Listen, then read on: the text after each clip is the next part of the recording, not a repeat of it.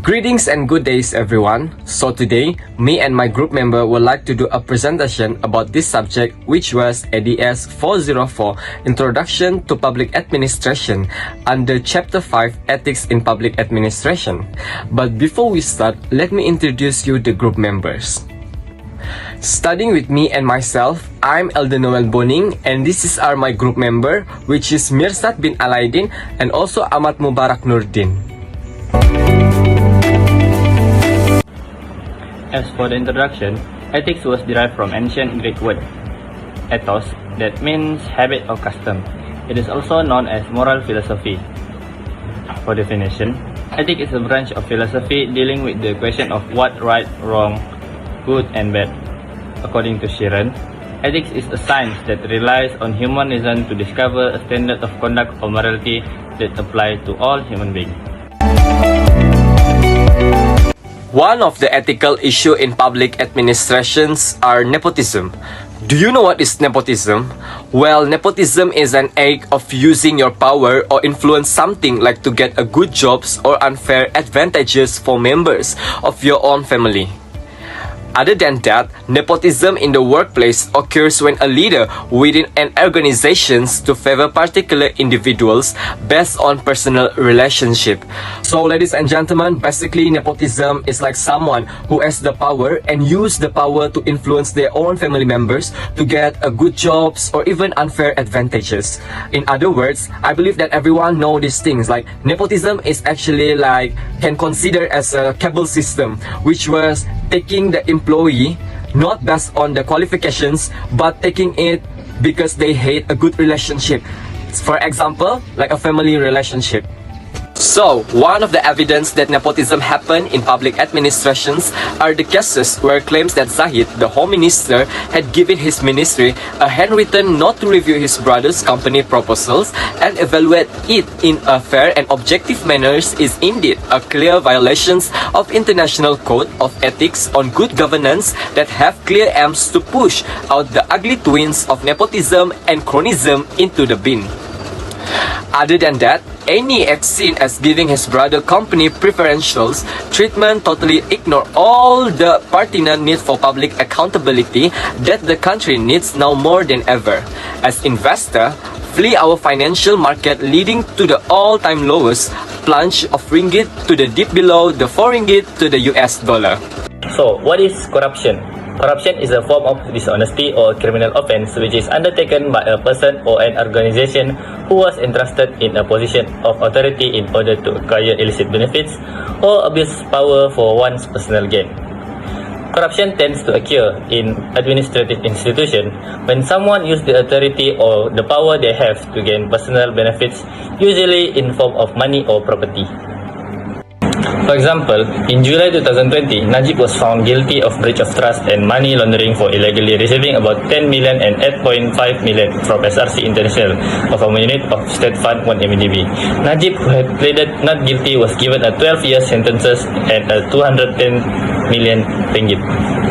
Investigators also said that about 4.5 billion was stolen from 1 MDB and that more than 1 billion went to account linked to Najib. US lawsuit alleged stolen money was used by various recipients, including the fugitive businessman Joe Law, to fund lavish shopping sprees by real estate, a Picasso painting, a private jet, a super yacht, hotels, and jewelry. So next is abuse of power. Abuse of power was historically common. It is also typical today due to the advanced technology and social changes. Abuse of power is defined as using a powerful position to take unfair advantage of others in a given organization, public office, or government. Power refers to the ability to influence the action and behavior of other individuals with or without resistance to achieve a particular objective.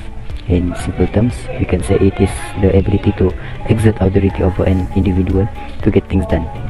Abuse of power in leadership is bullying that involves misusing superior's authority in the workplace. So, we see the abusive of power is an act where someone uses their power over other workers unequally, where he cares about the right of only himself or a certain less for his own good. So, With that, higher rank officials who abuse authority mainly tend to harass the junior, thus negatively affecting performance and the company's success. Abusive of power in leadership involve blackmailing, public criticism, and ridicule. Misuse of power is primarily based on deceit and is quite common in places where inadequate supervision of superiors. The most common areas of power harassment include schools, university, colleges, private organizations, churches, hospital, and public office.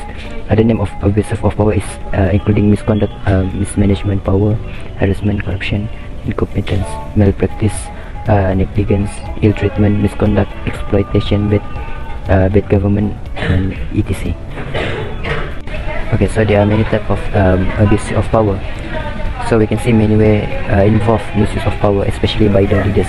Government abuse of power is also common as the government officials use their position to take the advantage of the public and their junior colleges. High position leaders often make decisions that benefit themselves instead of their constituent or silent citizens. Leaders can also abuse their power by using it to manipulate or control others, or to further their agenda at the expense of others. Abuse of power has been grouped as governmental and corporate defiance, economic, organizational, occupation crime, and public corruption. For example, the MACC. Of late, the reputation of the Malaysian Anti-Corruption Commission (MACC) has been stained. It only took a few from among the MACC personnel exposed by the press of the wrongdoing to make the public lose faith in the credibility, integrity, professionalism, and independence of the agency. As reported, a senior officer was accused of misappropriating US dollar 6.4 million, which is 25.1 million ringgit Malaysia, seized by the commission 4 years ago. He was accused of criminal breach of trust with monies entrusted to him at the MACC Special Action Branch Chief Room in 2019. The officer in the thief case was also probed for drugs. So, 2 MACC officers were arrested in connection with a heist at the businessman's house involving 700,000 ringgit Malaysia. Before that, the 2 other MACC personnel was arrested and remanded over the case. The MACC senior most office is under investigation by the Security Commission for his statement that his brother had used his name to purchase share in 2015. So, regarding to the solution, which is enforce the law, I believe when it comes to the law is really important for ourselves because law can be one of our sources in our daily life. But when it comes to nepotism, law can influence the person who have the power to must follow all the law, which was the rules and regulations, so that the person who have the power will not practice by doing nepotisms in public administrations. And that is one solution regarding the issue, which is nepotism. First and foremost, one of the solutions regarding the issue, which is nepotisms, are enforce the law. I believe when it comes to the law, it was one of the methods that every organization can use to prevent the issue, such as nepotism. Enforce the law means that the authorities, especially the stakeholder, should strengthen the law, because when the law is being strengthened, no one will take any advantage by doing nepotism. For instance, impose a summons or fine to the person who practiced nepotism. And finally, by these solutions, we can make sure that people will obey the law. So, in order to solve or at least reducing the number of cases of corruption, we have to make reformation to financial management.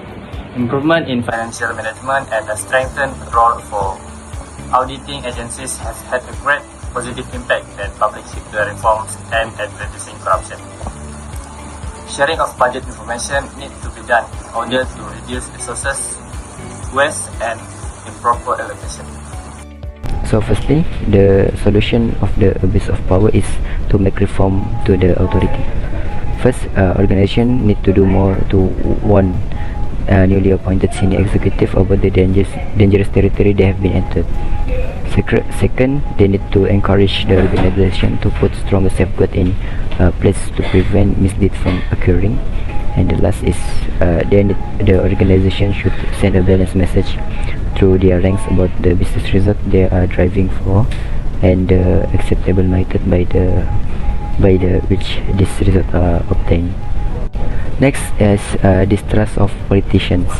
The list of the world's 10 least corrupt countries has remained virtually unchanged for the past 10 years, with Finland, Iceland, and New Zealand tied for the lead, followed closely by Denmark, Singapore, and Sweden. These countries do not spend billions to promote religious doctrines to make them. Thus, the people may be exposed to political and religious rhetoric, devious fact, and statistic given by politicians, and all this being spun by the media to sound that all is well with the country, within the country. The fact remains that all the shapers of society are today affected in some way or another, as corruption undermines political development, democracy, economic development, the environment, people health, education, and so forth. Trust and confidence in our institution have worn out badly. Hence, leaders should deal with the abuse of power and corruption with strict law, as it going to the detrimental to society in the long run. Ignore abuse of power and corruption, and Malaysia will head toward the lowest ranking in Transparency International Corruption Perception Index. The 2021 edition expected to be announced soon. This will deter more investors from investing in the country. To an extent, public figures, whether political or government, have felt the people letting themselves trust and contribute. There exists today a general feeling of pessimism among the people, and national feeling of doom and gloom. There is a growing distrust in politicians and those vested with authority. Voters thus should be wise and be aware that voting for corrupt leaders will bring more misery and less balance.